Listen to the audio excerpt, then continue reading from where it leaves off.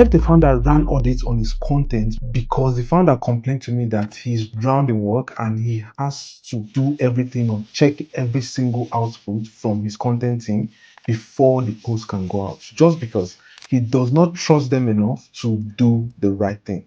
Now, I'm going to show you how his calendar was from the beginning before I ran my system through it, and the exact steps I took to free up his calendar and have it be at the final stage. So I'm going to show you guys the before and after. Let me share my screen. Now, look at this. This is how the founder's calendar is, exactly like this. The founder had no time for himself, as you can see on this calendar.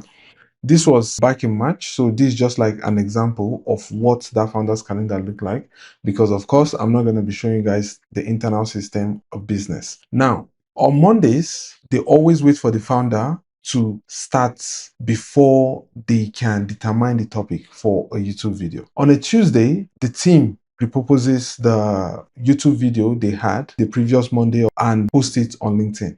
Now, sometimes they don't have anything to repurpose just because sometimes the founder does not have the time to even give out the topic or suggest the topic or even approve the topic or even shoot the video, just because the founder is drowned in calls. It means that Tuesdays, probably no post is going to go out. Now, on Wednesday, the founder is supposed to also shoot a YouTube video that Wednesday, and then the topic is still unknown because the founder probably has not even done for Monday, and then he has to block out Wednesday's time to work on Monday's topic sometimes, and sometimes it doesn't even work that way, right? So I can go on and on to explain all of this, but I think you get the point now, just so that this video does not drag on for too long. And this is how the founder's calendar was looking like before I ran the system through it. They have to wait for him to do things, and then he has to block off today's work so he can be able to fulfill the last work that he couldn't do because he was drowned in calls. And sometimes the only time he actually has full time to dedicate to this is usually probably Thursdays and Fridays, right? But now his calendar says he has to make out time for Monday, he has to make out time for Wednesday, and then it makes their content output be a mess. All right.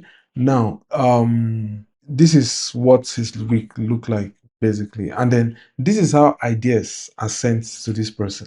So they just send ideas unsorted. They write it like this, simple, like it's like this, exactly like this.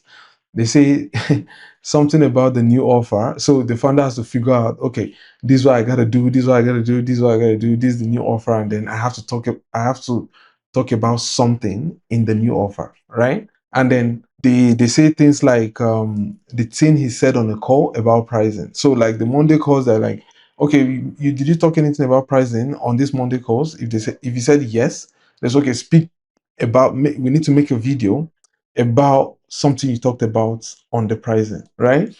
So like it keeps going on and on like this. FAQ video, repurpose the webinar, the story about the first hire, behind the scenes, hot take, whatever, right? Miss busting, before and after, reaction to the news, and all of that. So this is how they send ideas to the founder, and then they send notes to this person and say, need the founder input on tune, which case study we can name, whether we mention pricing, what the actual offer is this quarter, waiting on approval for last week drafts. Do we have a style guide? Do we have this? Do we have this? Yada, yada, yada, and all of that. So basically, this is what this founder was going through, right? I'm just going to put old framework, right? This is what it looks like. And this person was paying a full-blown content team to help manage his content. But then he has to go through all of this that I just walked you guys through now. You see how hectic that is. It's almost impossible for one person to do all of those, right? It's almost impossible for one person to do all of those. Now, the system I ran through this were two things, and I wrote them in my notes actually. So I'm just gonna show you guys. I'm not editing this video, I'm raw dogging it. So I'm gonna show you guys in my notes. There are two steps which I implemented. I asked him to implement, which he implemented, and it worked out. That actually helped him collapsed time and then made the team to be more efficient. Because sometimes it's not like the team does not know what they're doing. They have the skill, they are willing to do the work, but because most of the time the founder is usually the bottleneck, so it kind of like limits the potential of the team. And then it's not like this founder is just blowing money and no results on the content side of things. And this is what so many founders are facing nowadays. So let's just get into it. This is my notes, and I'm going to show you guys exactly what I did. Now, first off, it's context. I asked him, do this team have the full context about you? Do they even know who you are? Do they know how your day is? Do they know the offer that you've sold in the past and the current offer you're selling now? Or do you have to always tell them what the thing is? And then they have to also wait for you the following week for you to tell them what the thing is before they can start preparing assets. And then he was like, no, they don't have any context about me. And I'm like, okay, no problem. So this is the process I built for him. I said, first off, your team has to know who this is, right? Who you are, what is your business, what stage are you, right? What revenue, team size, how many team members are on the team? Do you have operators? Do you have VAs? Do you have all of that? The content team needs to know. And then how long have you been doing this? They also need to know. Sometimes they might, that's like a cheap information to get, of course, but you still need to tell them they need to have all of this structured in a doc. So AI can help you and your team to be more efficient, right? Also, they need to know who the person on camera is, which is obviously the founder. All of this is important so that they can leverage AI to do the work. Now, next thing is ICP, who they sell to. Who do you sell to? Who does the company sell to? Who is the buyer? What the buyer already believes? That's what level is the buyer in the funnel? Like what? How many people do they have? Are the people in their funnel more of top of funnel, middle of funnel, or bottom of funnel? When he has to give them this information, what the buyer already tried and failed. So most of these, they get these informations on sales calls or onboarding calls, right? Mostly onboarding calls. I was like, you get these informations from onboarding calls. When you're onboarding clients, ask them, what have you tried before? What motivated you to kind of like get our product and all of that? So they updated their onboarding form to have those questions, right? Now, they had to do all of those on their onboarding form and also put it, because sometimes clients don't fill them. They just put information that are not really that deep, right? So I was like, they should also add it to the procedures of their onboarding calls. So it's like part of the stages of the onboarding call, the questions they ask the clients and the questions that the clients answers. And most of the time on these onboarding calls, the clients are able to like open up and tell them the real thing from their heart, which is better than writing, if you get what I mean. Like most of the time we prefer to talk.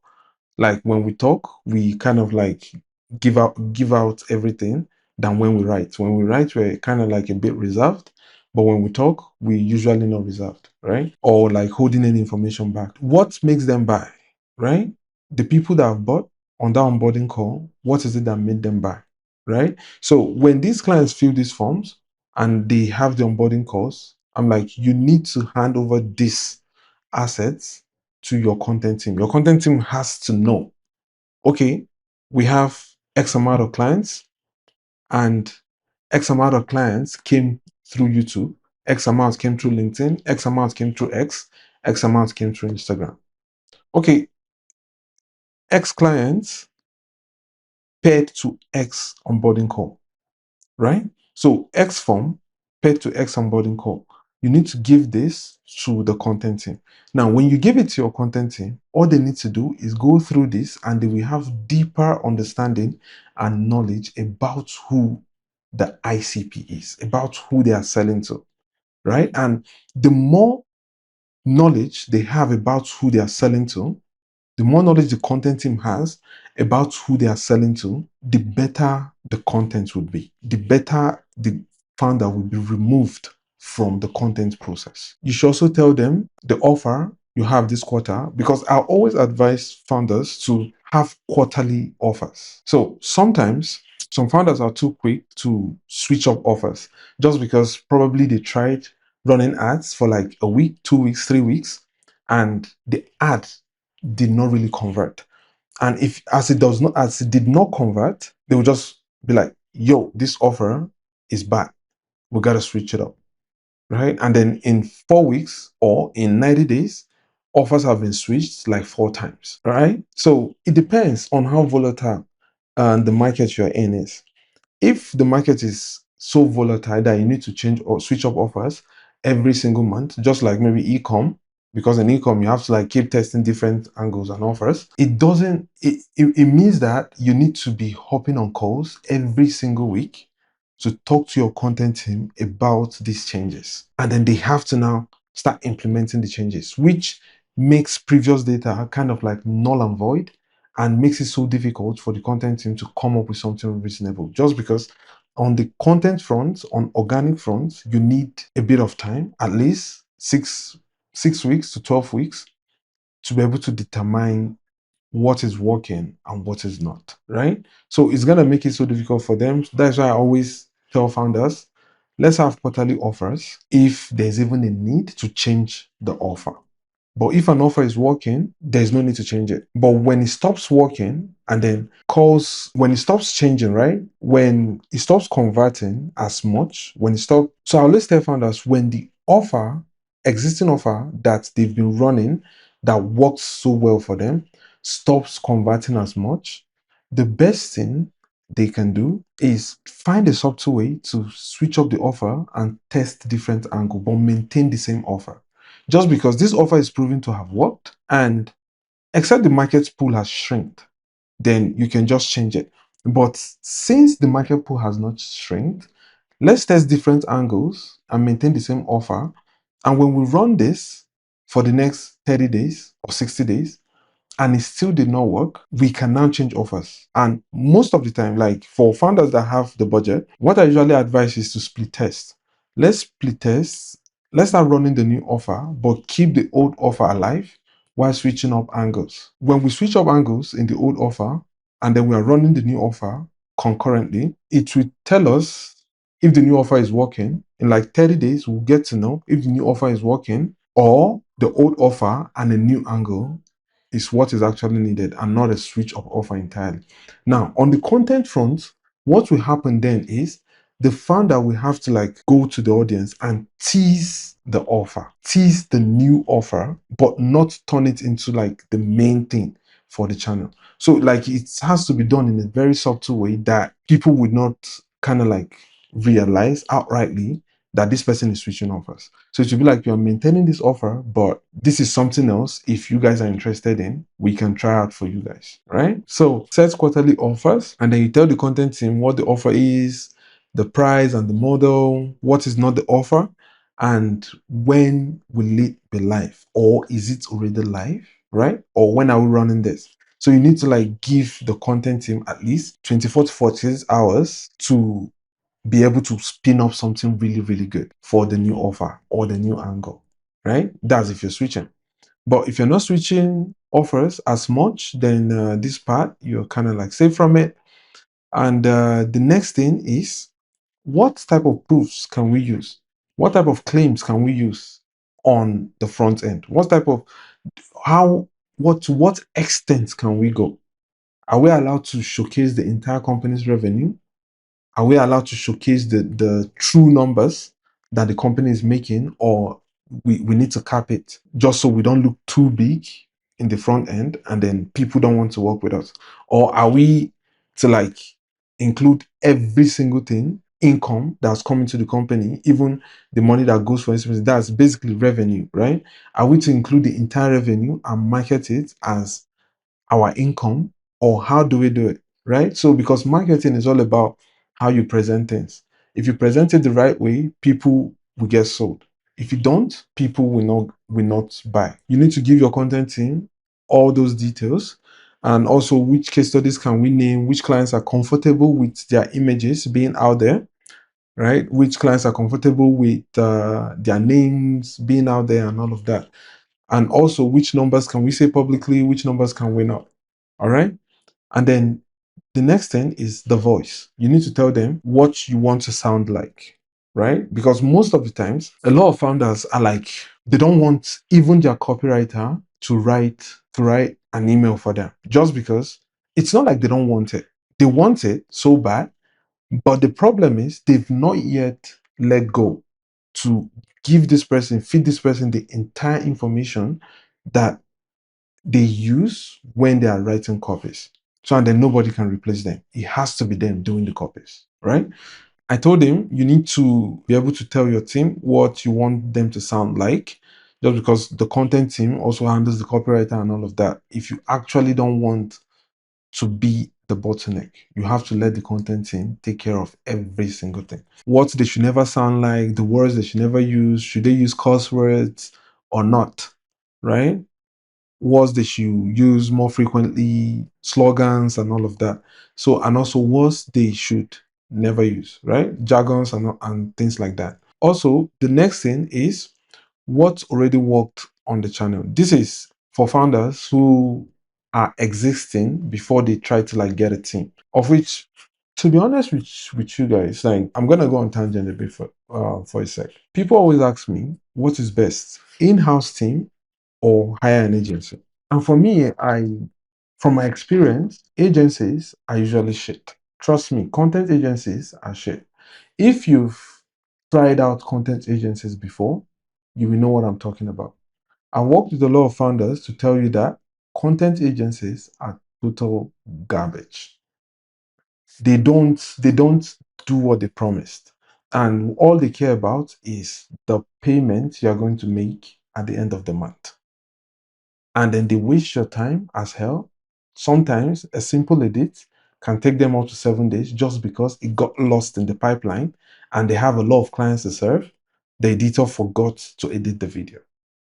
But then they will come to you and tell you that, oh, sorry, there's been a delay or whatever, yada, yada, yada, and give you excuses, right? So content agencies is a no-no. It is best that you build a team internally. You have your content department in your company internally, right? And build everybody from scratch. Get your editors that are skilled, get your strategists that are skilled, get every single person that's skilled. That is if you don't want to use AI, right? But if you want to use AI, I think I dropped a video about replacing my entire workflow, about 50% of my entire workflow with AI agents. I think you should see the video. Probably I'm going to link it up here just so you can go watch it. So you can see how to replace all those things, shrink everything, and get just 2 to 3 persons run your entire content department with AI agents. So let's continue. So what's already worked on this channel? Pulled live, not remembered, right? So like this would kind of like be pulled live, right? That's if you're existing. So this is the team. This is their work. They should go and do it. You just need to tell them, we have a LinkedIn account, we have an X account, we have this social, we have this social, we have 5 IG accounts, we have 4 Facebook pages, we have this, we have that. Like, tell them everything, tell them how large your email list is, and then they should go dig deep and get the rest of the information out. The next thing is the hard rules for this client. These are the rules I gave him. So the never do list. He should never claim a result that is not in the proof section above. That's when he's talking, right? In the videos. And this is what the team too must abide by. If the founder should mistakenly say some proof that are not mentioned above and are not really true, they should cut it out from the video because you don't want to go about deceiving people.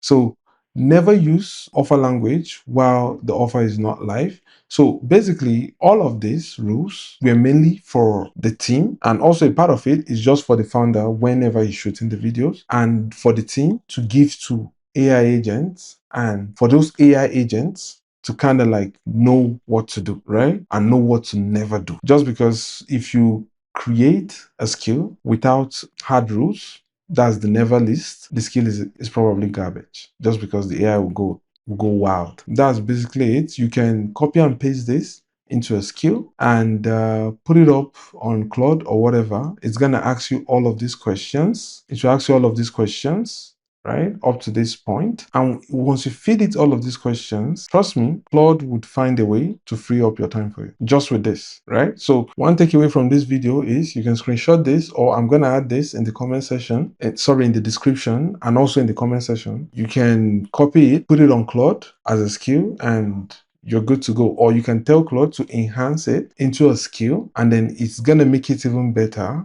But go through it properly and you will get like a very good result after this, just because this is exactly what the client implemented and he's freed now. The second thing is the questions that should be going on probably bi-weekly if the founder does not have so much time. Else, I always recommend meeting with your content team at least once a week. I recommend that a lot. Meet with your content team at least once a week. If you meet with them once a week, these are the questions that should keep going on the course. So I asked him to give this to his content team so they remind him, because he's not supposed to be the one reminding them. All right. So these are the questions they should be asking. They should ask him, what is this channel for this quarter? Which of these core topics are we actually making? And then, is there anything we are not allowed to say this week?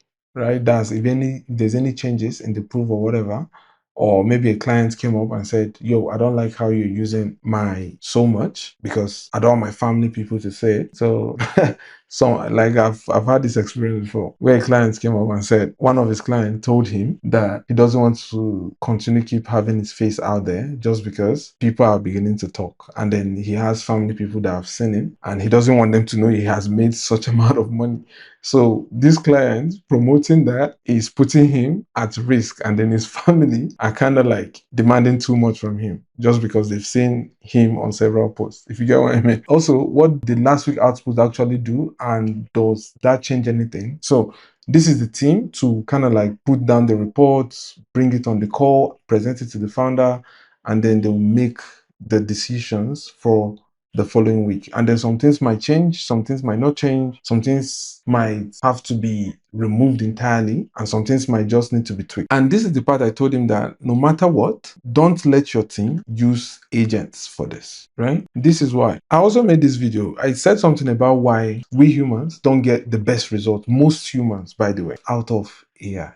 It's because we don't consume the entire information. We always consume the summary of the information. And that is why, if you notice, both Claude and all the AIs, they now have like a shorter answer at the end of every answer they give you. When you prompt something, they have like a shorter answer at the tail end. So the reason for that is so that you get full context of what everything above is about. But even that is not enough. So most humans don't read the entire output. So you need to keep this human so they can go into these platforms. They can go into YouTube, they can go into Facebook, they can go into Instagram, they can go into LinkedIn and confirm that these informations are correct, and they would learn a thing or two from that exercise, right? That is why it has to stay human. So the last but not the least is, I told him the failure this prevents. It prevents the failure of bad outputs, right?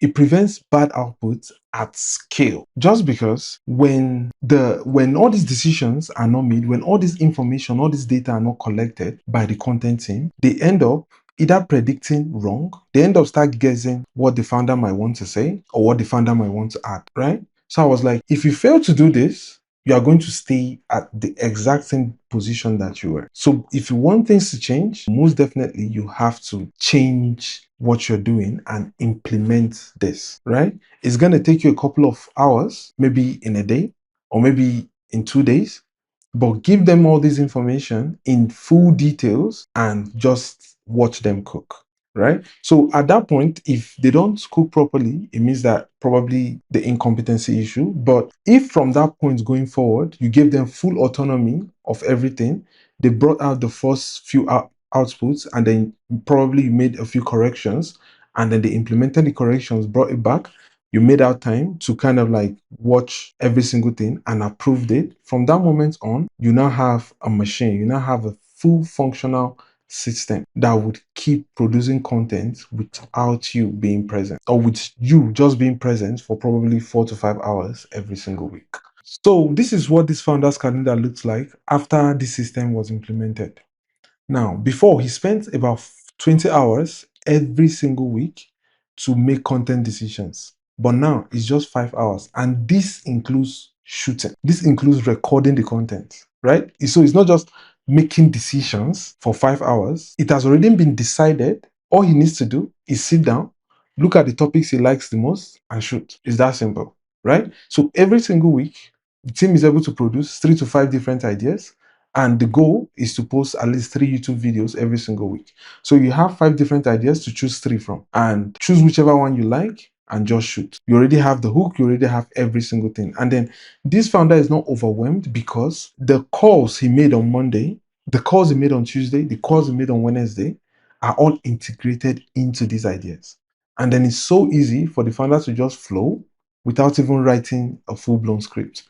Only the first 30 seconds of the video is scripted, but the rest of the video is the founder pouring pure knowledge in that direction that the ideation the team made suggested, right? So, and then the next thing is the times per week the founder was asked a question. It was asked like 15 times. Previously, they asked him questions like 15 times. They're always in his inbox. But now it's just twice. They started asking him questions just twice a week. And he told me that the questions they were asking him were, where is the call recording link, right? Or is there any new win that we need to know about? And then maybe he tells them there is no win or there is a win. The call recording, talk to my VA, she has it. And then the question is like, even once, these are the times the founder was blocking something from going out, but now he no longer blocks anything from going out just because they don't depend on him fully again. They only need him for that 4 to 5 hours every week to come shoot content. And as soon as he has done shooting the content, that is it. So he doesn't even need to block it because shooting the content is at his own convenient time. And then days we should make this to publish. Now, like this that they went from we should make this to the day they publish it usually takes like up to 15 days. That's like half the month that you're paying for without videos going out.